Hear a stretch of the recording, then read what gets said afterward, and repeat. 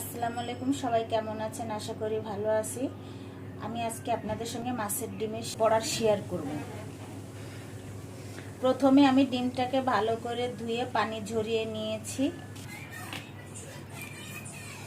দিয়ে দেব মসুরের ডাল বাটা, আদা বাটা, রসুন বাটা, কাঁচা লঙ্কা কুচি, জিরে ধনে গুঁড়া, লবণ, কর্নফ্লাওয়ার, পেঁয়াজ কুচি।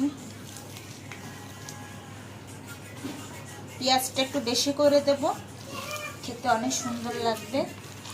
একটা ডিম, শুকনা ঝালের গুঁড়া, হলুদ গুঁড়া,